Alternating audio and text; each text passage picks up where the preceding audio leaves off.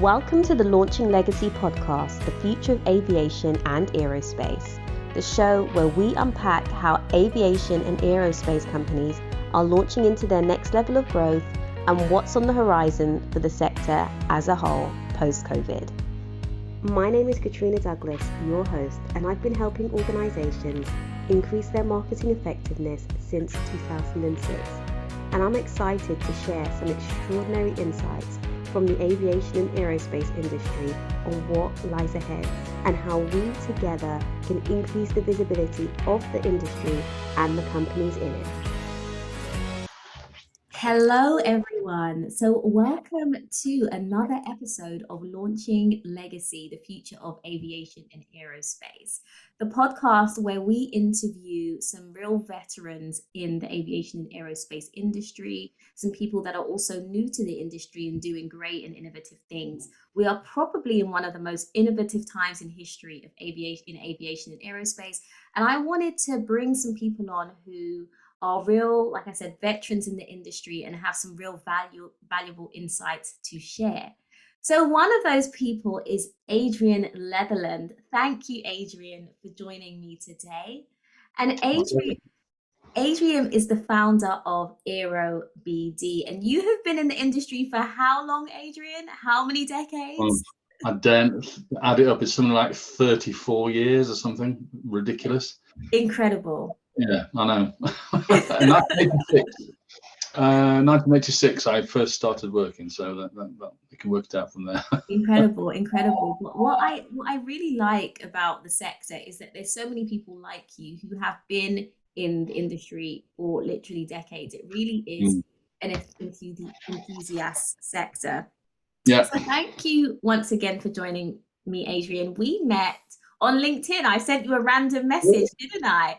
And we had a great conversation, and I thought, you know what, I really need to have you on the podcast. The insights that you so kindly shared and just the work that you do in the space is something that I just felt that, you know, people in and out of the industry need to hear about. So I'm going to kick off with the first question, Adrian. Okay. So what is your story and how did you get into the aviation sector? And what was the journey to where you are now? Okay, well, I actually started out as an apprentice, but I mean, I've always been fascinated by aircraft. So two examples. My mum and dad say that I was woken up as a baby by a low-flying jet, and I was literally as a baby. I've never been the same since. Wow. And somewhere in the house is an old school book where you used to have to write down what you'd done the previous day or the weekend. Yeah. And we've still got it. And in that there's a picture, and it's not a bad picture for a 5-year-old, of a lightning zooming past. And I'm writing about a lightning at age 5, and I know what a lightning is, and I know that it's going very fast. Yeah. So I've always been an aviation enthusiast right from the get-go. So and I originally wanted to be an RAF pilot. That was my chosen career. I got an RAF Special Flying Award. Yeah. So in 1984, I did my private pilot's license. In Lincolnshire, in the middle of the RAF country, and I got my PPL in 38 hours exactly, which is the minimum number of hours you can do it in 4 weeks. I did the whole thing in 4 weeks. Incredible. And I was at university at the time. I was at Sheffield, and but then I got asthma, so which precluded me from being aircrew, and also I didn't really want to be an engineering officer because that was my plan B, because it meant at the time moving around a lot, and I was in a long-term relationship, which I still am, and that was a non-negotiable from my wife's point of view. So I'd already secured some work experience with Doughty Group. Which in Cheltenham, which make landing gear and all sorts of bits and bobs. So I did a work placement with Doughty Group, and my first job when I arrived was to work out the landing gear sequencing logic for a new thing called the A320 from Airbus. So I just did that, and that was dead easy. And then when I came back, I elected to work with Doughty when I left university, and this was the landing gear computer for the A320, and I worked on that a bit, and I worked on the Fokker 50, and I stayed there with Doughty's for a couple of years, and then I worked at Smiths Industries, which is now GE Aviation. It's still in Cheltenham. And I worked there for a couple of years on things like the Super Puma and the Merlin helicopter flight control system, and a Tornado wing sweep computer, all sorts of really interesting projects. And then finally Typhoon, the Typhoon project, which is called Eurofighter 2000 at the time. And then I went to become a contractor. So at the crusty old age of 26, I was a contractor at British Aerospace Wharton, and I worked there for 2 years on Tornado GR4, right in the middle of Gulf War One when that was going on, 1991. And we were watching because it was the weapon system, we were watching how the GR1 Tornado was performing against what we were going to replace it with, as a GR4. So that was 2 years of interesting work. And interestingly, some of the guys I'm in contact now flew both the GR1 and the GR4, and one of the guys I'm working with now actually used the weapon system I designed on the Tornado, or worked on the design. So that was interesting. Then I worked at Rolls-Royce for a bit, for 2 years, on Typhoon, on the engine system, and then I worked back at Smiths Industries again on the Boeing 777. Yeah. And then I made a move into a company called Resource Group, which was setting up a recruitment business. And they wanted a business development manager, and they wanted somebody who knew about aviation and aerospace and engineering. So I'd done working slightly before that, I'd done a bit of recruitment, and I managed to recruit somebody inside a day using a thing called the internet, which was a newfangled thing at the time. And I posted a job on a job board, and amazingly, a candidate popped up who lives in the next village to where I live in Gloucestershire. Wow. And I got him placed at what used to be called, what is now Kinetic, but it used to be called A squared E squared at Boscombe Down, well, at Farnborough. And I thought, well, this is good. So I got into the recruitment business, and I worked with Resource Group for 19 years, going from I was doing business development on basically the three people. There's a manager, there's a filler, and a sales guy, and I was the sales guy. And we set up a lot of contracts, and we did that quite well. And then I got the company expanded, and eventually I was doing a larger business development job. The company did a joint venture with Lufthansa. They wanted to set up a training school in the UK, an engineering training school, and I was asked to be the general manager of it. So I set up this joint venture, and we set up the training school in South Wales, and we built that up over a number of years. We got the approval from the CAA. That was quite an interesting experience, going to the CAA and say, hello, my name's Adrian and I'm from Lufthansa and I want to set up a training school in the UK. Funny looks there, but we got on great actually, and I had a colleague from Germany who was acting as a training manager, and I was often back and forth to Hamburg all the time, and I was really part of the Lufthansa team because I was the only at the time. I was the only non-German general manager of a Lufthansa Technik subsidiary. So that was, and we signed the contract, the contract in Cardiff in at the MRO show, which was at Cardiff Indoor Arena, and August Henningsen signed it with me, who was the MD of Lufthansa Technik at the time. It was an industry legend, so that was a highlight, absolutely. And then a bit later on, I got promoted to become the group sales and business development director for Resource Group, but I was also still on the supervisory board of the training school, which is called Lufthansa Resource Technical Training, and is now called Resource Technical Training. And it's still in existence, still run very successfully at Kemble, near to where I live. So that's quite interesting. And then I was on the board for Resource Group, and I did business development, and then I did some business unit management, and I set up a drone training school which is also still in existence, called what's it called now? Well, anyway, it's still in existence. I'll think of his name in a minute. And down in South Wales, and also I was managing an air traffic control training school simultaneously, which was a bit knackering, I have to say. And that was peak stress, I would say. But so it's a bit like working in A&E and the maternity unit simultaneously. I was trying to give birth to a new business while saving one from dying at the same time. So that was interesting. And then after all that 19 years, they made me redundant. So that was nice. And I entered this sort of second phase of my career when I was bouncing around different companies. I got headhunted to join another startup company, also in recruitment. But that didn't work out, and I got made redundant again the same year. Then I joined Qualitaire, again a recruitment company, and a very, very long established recruitment company. I worked with them for 5 years, and I really enjoyed that job. I was in Malta, I was going to the Scandinavia and Germany and all over the place. Did lots of deals, and then I got made redundant again. And then I joined another company, which didn't work out. We got redundant again the same year. So I thought, 4 times in 5 years. That's the time. I'm telling me something here.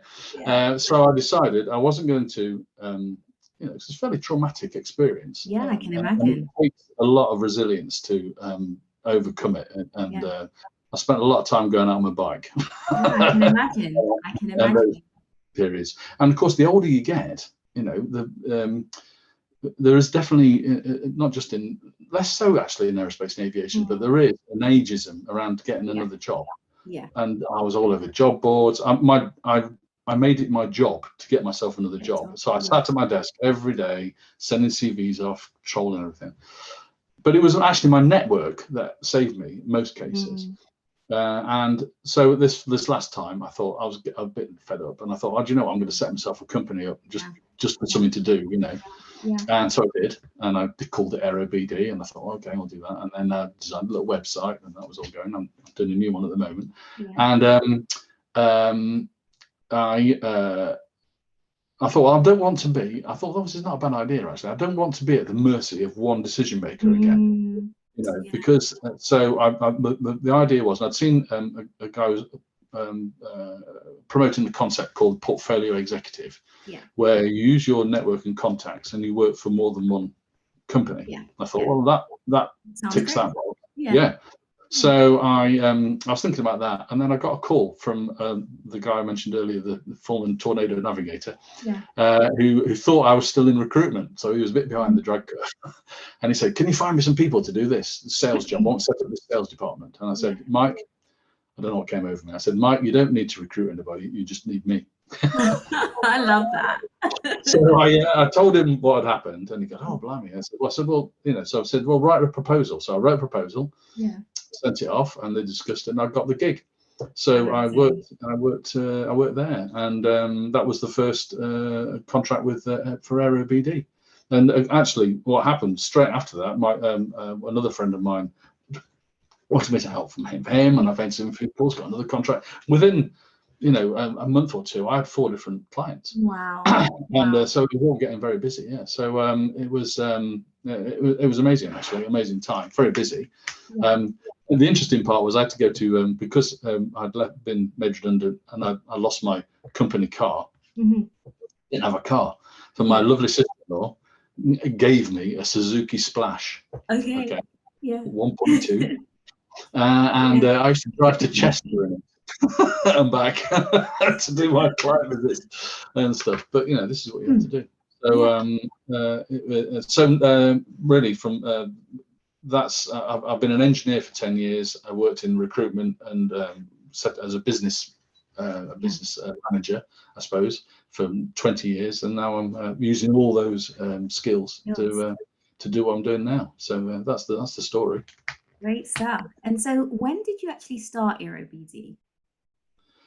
2019. Okay. November 2019. Yes. Excellent. So it's 3 years. 3 and a bit years now. Yeah. And I think everything that you've said about your career and your journey so far, I guess is why I really wanted to interview you, because your perspective, I mean, you've been an engineer, you have Mm, been, in recruitment, you've been in business development, you have this such a rich network of connections. And I think that perspective on the mm, industry is invaluable. You've seen the industry up close through so mm. many seasons. I mean, through war and being in Oh, yeah. defense and through COVID and coming out of that. And through it all, you've been able to pivot and navigate yourself to the point that you are now. And so Mm, now we're at this point, I think, at a juncture post mm, COVID that I mm. really, really value your perspective and wanted to get your perspective on where you are. There's a couple of things that you mentioned that I just want to shed some light on. So first, you mentioned the CAA. For those that don't know who the CAA is, Mm. can you enlighten them? Oh, yeah, it's a civil aviation authority. Okay. Um, so it's the organisation that regulates aviation in the UK. Yeah. It used to be part of EASA, which is the Yeah. European Aviation Safety Agency, but Mhm. post Brexit, we're not that anymore. Okay. But they're the people you have to talk to if you want to do anything in Yeah. aviation, because aviation is regulated Yeah. across the piece. Yeah. The other thing that jumped out to me is how many companies that you worked with and then their names changed. So Mm. there seems to be a lot of acquisition, selling Oh, and yeah. acquisition of companies in the sector. And that continues even throughout COVID and post-COVID, because even when I was at the Mm. Farnborough Air Show, there were a lot of people saying, oh, we just got bought by such and such. Or Yeah. can you talk to me about that and explain that and how that kind of works in the industry? Well, I mean, it's happening in different sectors at different times. Back in the 90s, Rolls-Royce were very acquisitive, Yeah. and they bought Allison aero engines, for example, Yeah. at that time. And then BA Systems or British Aerospace were buying other companies. They bought GC Marconi. So now Yeah. you say BA Systems, and they've got a site in Rochester. Well, that was Yeah. what used to be Marconi, in fact. Okay. So a lot of these. There's a lot of these family trees around, and it's people like Collins Aerospace. They bought up seat manufacturers, BE Aerospace. Mm. So there's been a lot of mergers and acquisitions, and and same in America. There used to be a company called McDonnell Douglas who made things like the F-15, and now they're Boeing.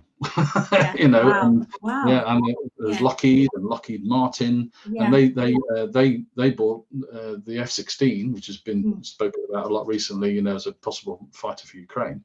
That used Yeah. to be made by a company called General Dynamics, and now it's a Lockheed Wow. Martin F-16. Yeah. So Yeah. this has all happened, and it's been right down the supply chain. So not just the sort of what we call the OEMs, original equipment manufacturers, Yeah. the people who make assemble the whole airplane, but also all the equipment people.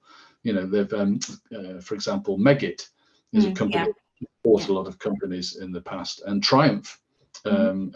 is a big company in the UK now, but they've grown by acquisition and organically. So Okay. yes, you have to keep your eye on it, because Yeah. if you go away for a holiday for a week, come back and it's all changed. It's a different company. Yeah, yeah. The lawyers and the printers make a lot of money, I think, Yeah, while I you're can away. imagine. I'm gathering that. I'm gathering that. So can you tell us a little bit more about exactly what AeroBD does specifically? I mean, you touched on it, but could Hmm. you shed a bit more light on what Yeah, so the idea really was to sort of focus in on what I do, what I've spent a lot of time doing, and my kind of core skills are I'm unusual in that I'm an engineer that can talk. Yeah. You may have noticed, and which means that which is why I succeeded a bit in recruitment, because I could talk to clients about what the problems were and understand what was going on, because I'm interested in it, so it goes on to the sort of the triangle of knowledge, communication, and understanding. This is what you need to do. Yeah. So I what I do is I offer business development sales services to smaller companies who, when they want to expand, one of the first things you need is a salesperson, because if you ain't got any sales, and what normally happens is the MD has to do it. There's the founder will want to do the sales, but there's a lot. Either some people just don't want to do it; they don't like doing it, or they need a hand. And so I offer a range of services, either doing the sales or setting up a CRM system, or even doing account management, doing trade show support, I don't know, doing a bit of marketing, doing the sort of LinkedIn posts, all those kind of things.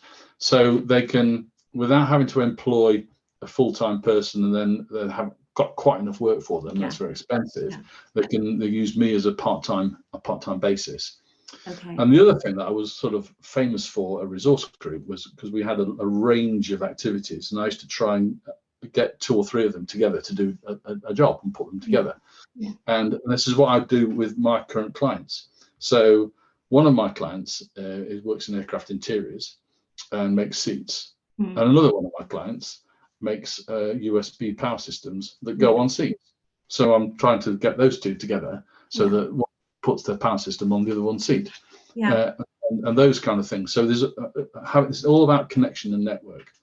So I work on retainer for those number of clients running projects. But also part of what happened, and we may come on to this later, but part of what happened in COVID is diversification into other areas. So that's been an interesting part of the story. But that's what I do. And then also I've just entered into a new phase of reselling.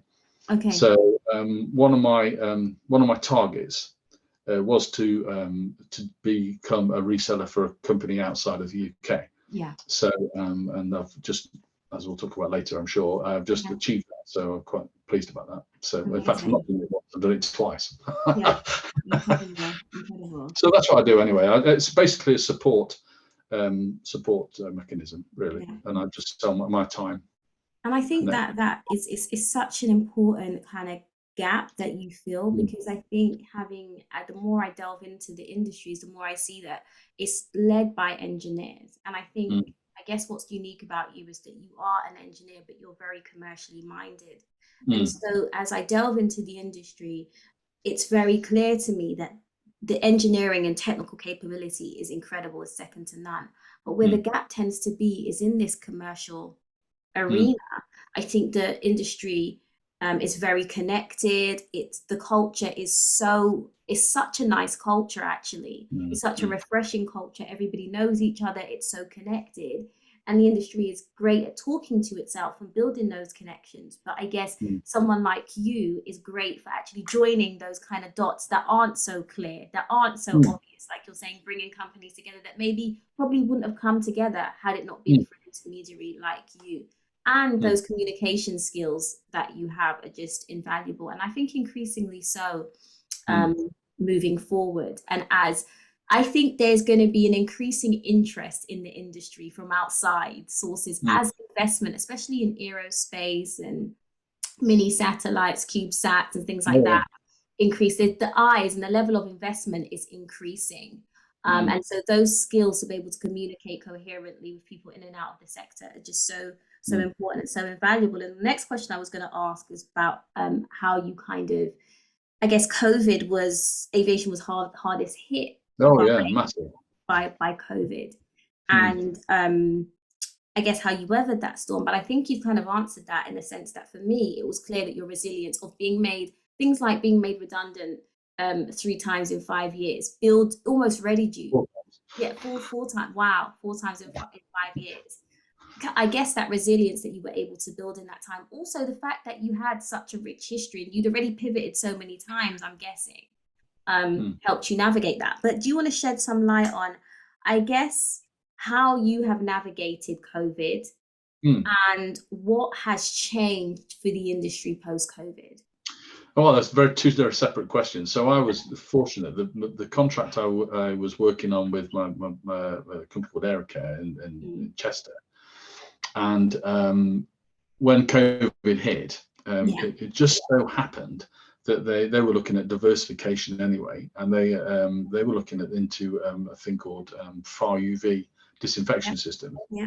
And so just as COVID was starting to strike, and I was my role that I was engaged for was trying to sell avionics systems to business aviation clients. And of course, nobody was flying and nobody was really doing anything.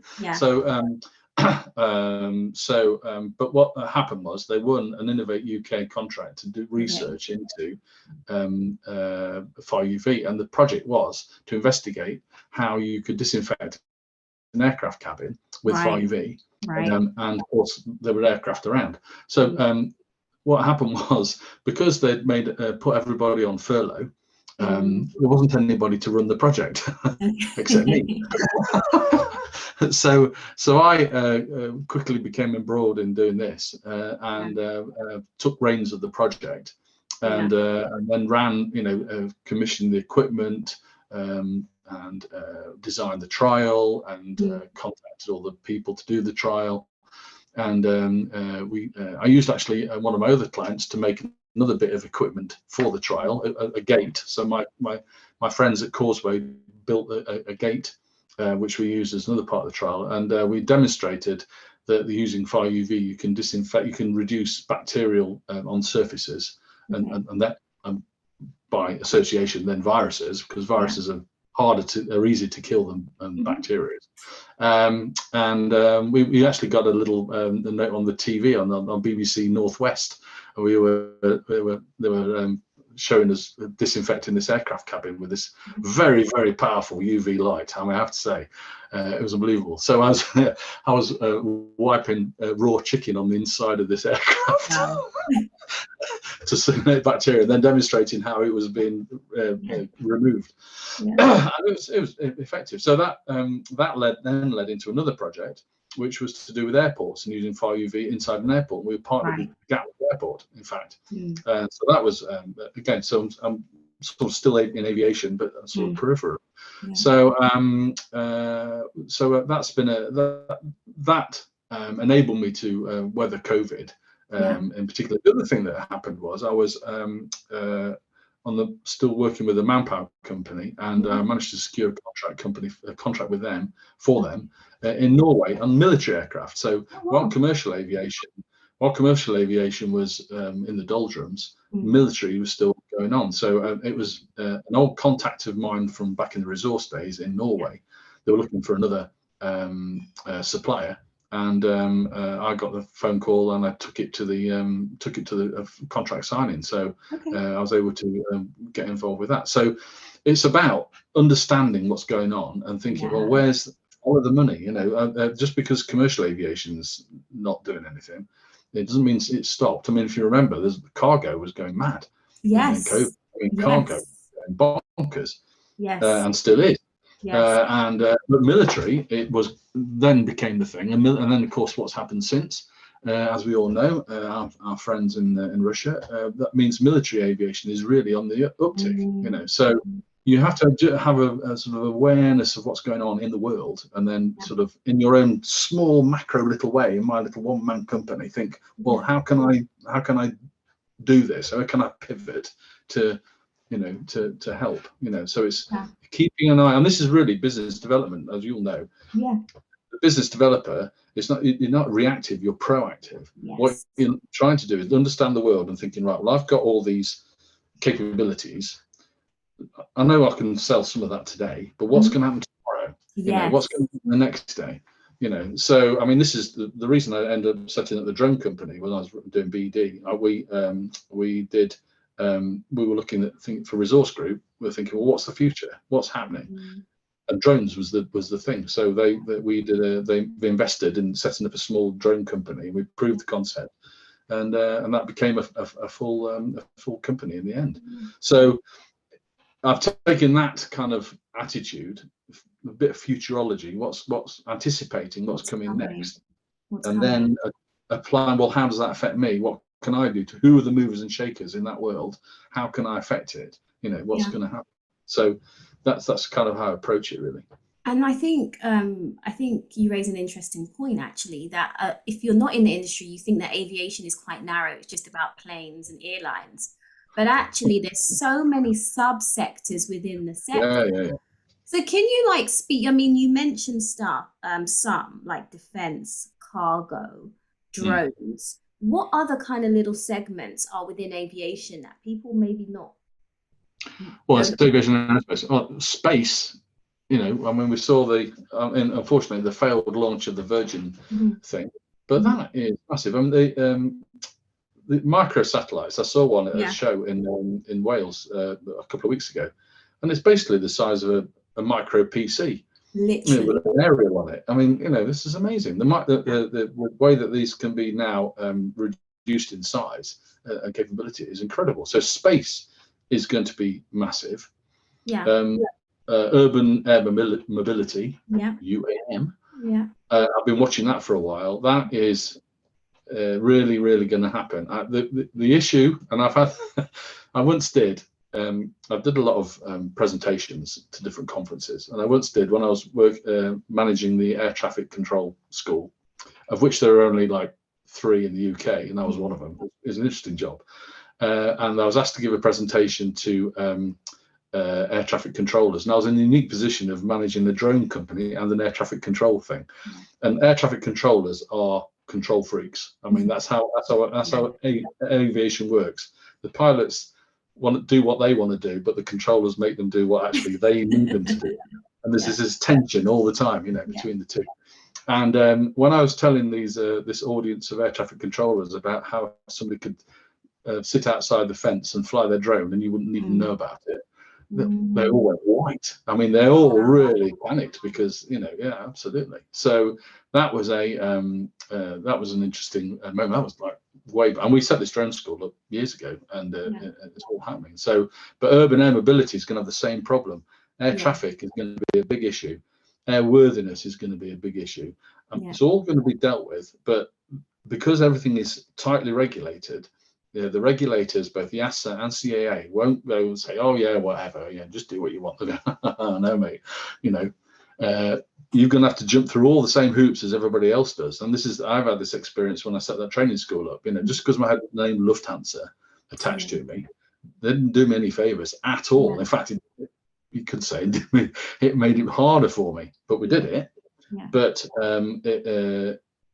everybody, the safety and the regulation will stay the same. It's there for safety reasons, and you know, as long as it meets all the safety regulation, then it'll happen. But they have to pay regard to that, I would say. Absolutely. So that's really interesting area, and defence is going to be a big one. I remember when I was working as an engineer, you were waiting for the next big project to drop. You know, there was Typhoon. And then what happened? F-35. Well, that was a bit later. They were just starting to work on F-35 when I was at Rolls-Royce. And so I think you're always looking to see where the next program is going to drop. And the problem with that is the engineers, well, they work on a project, and if there's not a follow-on project to go to, they'll go and do something else. They'll go and work on railway or IT or comms, and try and get them back. Very difficult, and that's an issue that. Traditionally, you've gone from, so where I live, what you used to do is in the avionics world is you go and work for Smiths, GE, and you might go and work for Airbus, you might go and work for Rolls-Royce, and then you go back again. You just sort of try and go around in circles. But it's maintaining that throughput of work and design and development work is going to be an issue, because there are fewer people around, and trying to get people engaged in that kind of technical work is very, very difficult. So UAM is glamorous and exciting, and I think the people at Lilium and Volocopter in Germany have attracted a lot of people, a lot of Brits actually working in that. Absolutely.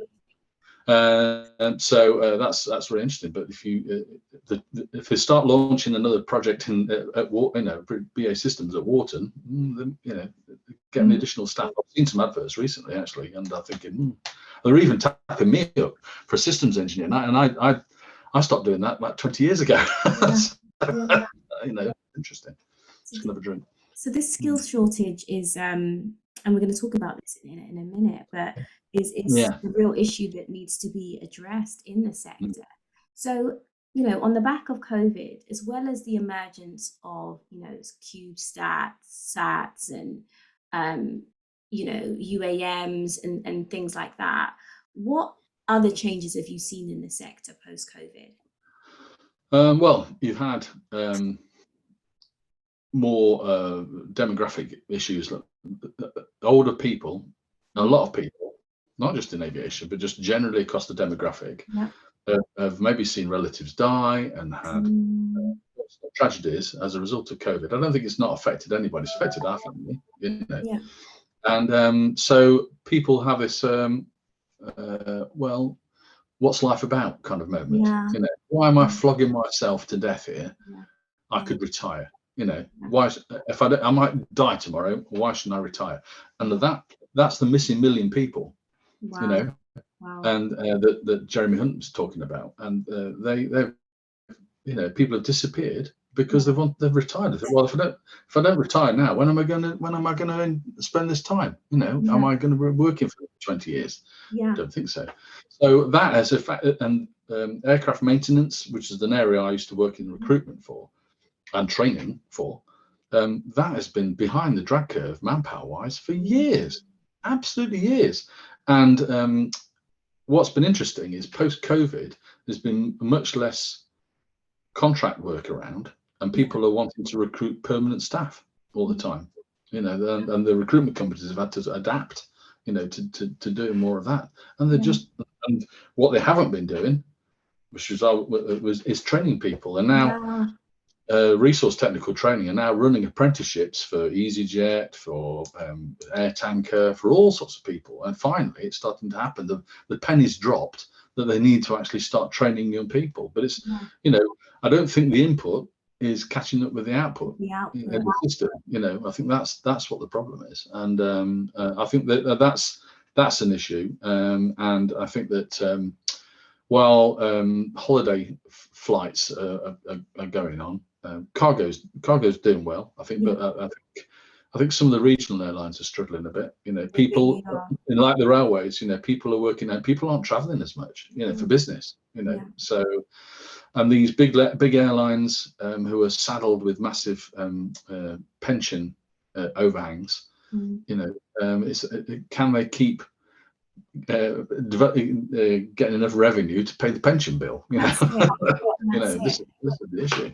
So if you hear Michael O'Leary talking, you know, he'll tell you that he's the biggest airline in Europe, and he probably is right now. And you know, with not with the same debt liabilities as some of the traditional classic carriers. And then we've seen the Alitalia's gone bust, and who else has gone bust? I mean, a lot of big airlines have just disappeared. Literally disappeared. Yeah. We've talked about Flybe, but some of the big ones have to reinvent themselves, you know, and it's fierce. They'll say if you want to make £1 million in the airline business, start off with 10 million. You know, Richard Branson knows about that. So it's tough out there, and I firmly believe that a big factor in everything keeping going is enthusiasm. People, it's a business that people like to be in. Everybody I know is in it because they enjoy it. You know, the smell of kerosene. So let's talk about, I guess, airline that's gone bust close to home, Flybe, just a couple of weeks ago, and just 20 months after its relaunch. So let's talk about that. What are your thoughts on that, Adrian? Like, what happened? What do you think happened? Well, I think that from what I've seen, and there's been a bit of analysis about this, but I think that when they went bust the first time, they had quite an extensive network. They were flying the kind of what we call the long, thin routes. You know, I mean, I used to, when I worked at Norwich, one of the many places I've worked in the UK, there used to be a flight from Norwich to Exeter. I mean, it's a long drive. Let me tell you, I thought about doing it myself.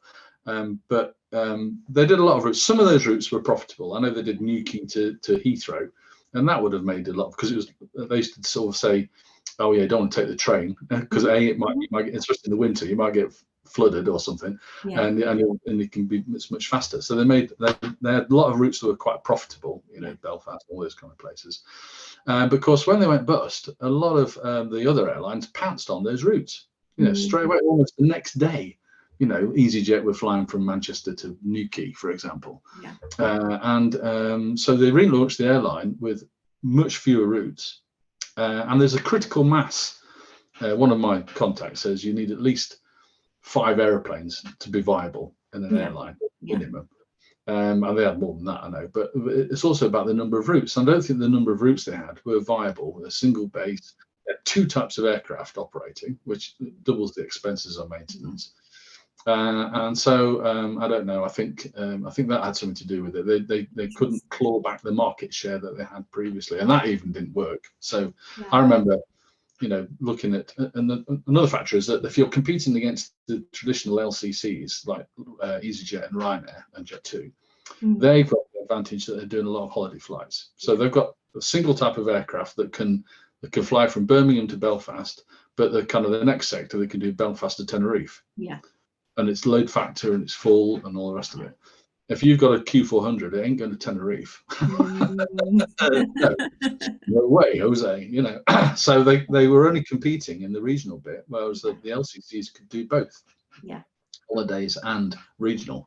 So I think that was a factor. That's my analysis anyway. No, it's interesting. And for me, I guess as a launch strategist, I was fascinated by their relaunch, and I think from a commercial and marketing perspective, I think if you want to be somewhere that you've never been, you've got to do things that you've never done. And I think looking at them and what they've done over the last 20 months in terms of trying to attract, people to the flights, it just didn't seem differentiated enough. It didn't seem like they had a very strong strategy.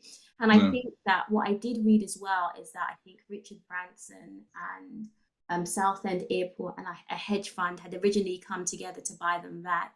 And they pulled out because they just decided that actually it wasn't viable. And so my thing is I think if major players like that pull out because they don't think it's viable, what was it strategically that made you think it could work? Exactly. And just looking at them just from a commercial perspective, it didn't seem like, and again, we don't know, we're not insiders, but it didn't seem there was enough strategic thought about how they're going to make this relaunch successful and how they're going to stand out in the market, particularly because, as you say, they are purely a domestic carrier.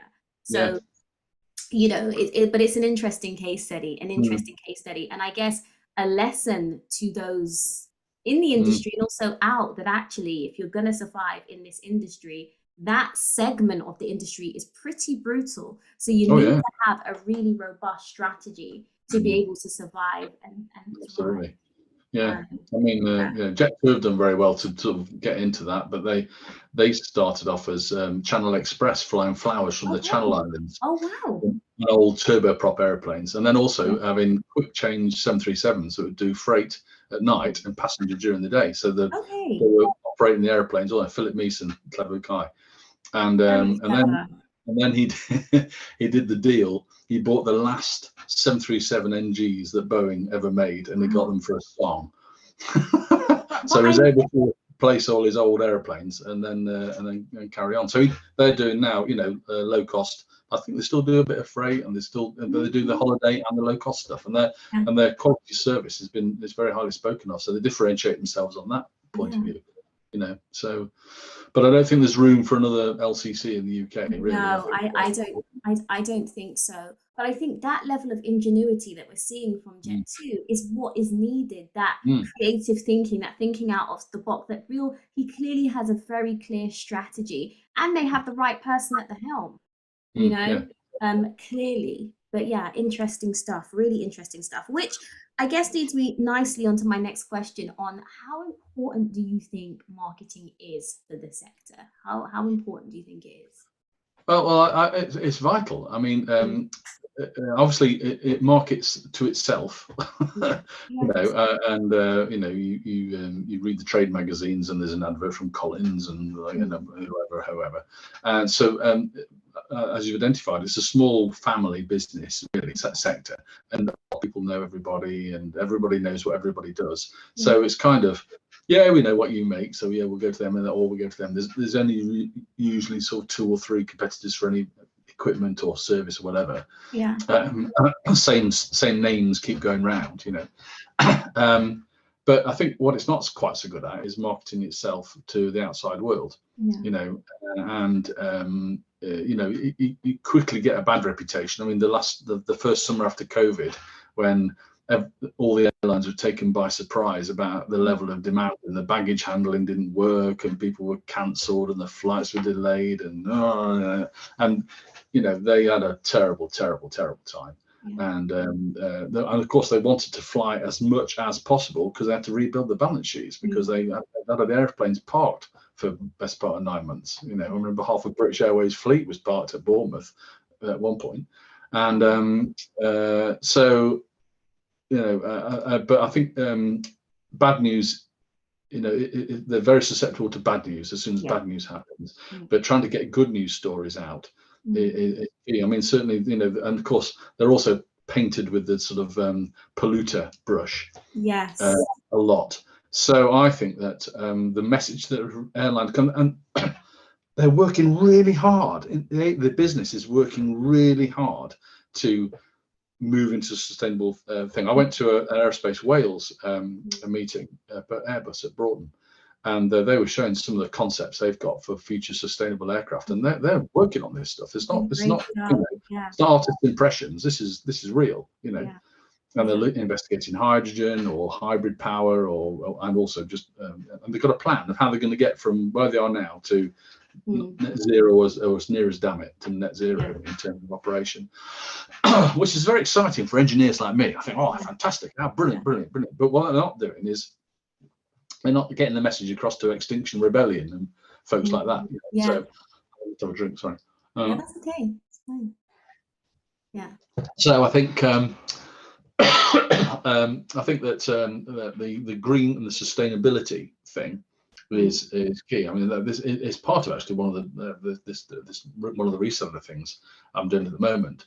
Is one of the key messages is about sustainability, which is a really interesting way of looking at it. But in a small part of it, but a lot of airlines now have started recognizing this, and they have like chief sustainability officer or sustainability director.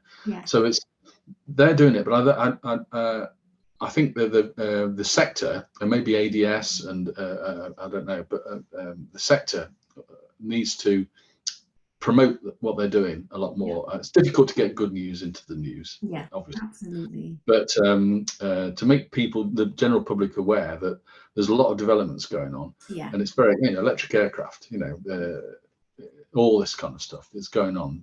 There's so much development, but it's not getting the publicity, I don't think. I agree. So as we wind down, Adrian, I want to end speaking about your next move. Okay. I know that you're launching a new offering for AeroBD, which is to build cells for shoe within the UK and Ireland. So can you talk to us about that? Yeah. So it was I decided that I could see, looking ahead within a crystal ball, that some of the biotech stuff I'm working on was going to be slowing down a bit. So I thought I need to get myself some new things. I'd always fancied, as part of my portfolio, having a reseller kind of option. I'm a sales guy, so it's a natural thing for me to do. And so I booked myself a ticket to go to MRO Europe, which is the MRO trade show, and I'd arranged to meet this company. I'd met them the previous year in Amsterdam, and we had a chat.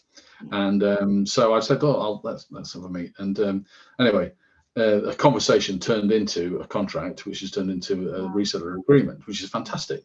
And so I'm really excited about that. And it's basically carpet cleaning for aircraft, which is a thing. You think, wow, where's the innovation in that? But again, it comes down to the regulation. The carpet in an aircraft is part of the safety system. It's a fire retardant, part of the fire retardant system. So it can only be, it's got to be approved, in its manufacture. So only certain companies can actually make the stuff. And also, this way of cleaning it means you can do it much quicker and better, which means you don't have to rip them up. I was talking to somebody this morning who said that a certain company, a certain airline, tends to rip the carpets up and replace them. Well, that's not very sustainable for a start, because they can only go in landfill. You can't recycle them. They're nylon and the rest of it. So this method means the carpets can last for about 4 times longer. It's I'm really excited about offering this to people. So we've got the first demonstration talk coming up in March. So we've got a couple of companies interested already. So I'm really really interested to see how it goes, and trying to explain to people all the advantages. So I'm really pleased with that. So yeah, it's a new venture for me, and I'm hoping that it'll become a key pillar of AeroBD's offering. I believe it will, because I think post-COVID we've just become so more aware of the need for cleanliness and bacteria and things like that. So I think we've spoken about post-COVID, what things have changed, and I think businesses like these are, I guess, there's more of a need, more of an appetite for them, because I guess within aviation regulation and things like that, they've always been kind of really great in these areas anyway. But I think increasingly, I mean, I can see the demand for this being incredible. So yeah, no, congratulations, and I'm sure that you'll do great things with this, Adrian, as you have done throughout your career. Fingers crossed. Absolutely. So as we wrap up, how can people reach out to you? Because I think there might be a lot of people watching this and thinking, actually, I do need that sales capacity. I do need that business development. Actually, I do need a product like this, or I have a client that maybe need a product like this. How can they connect with you?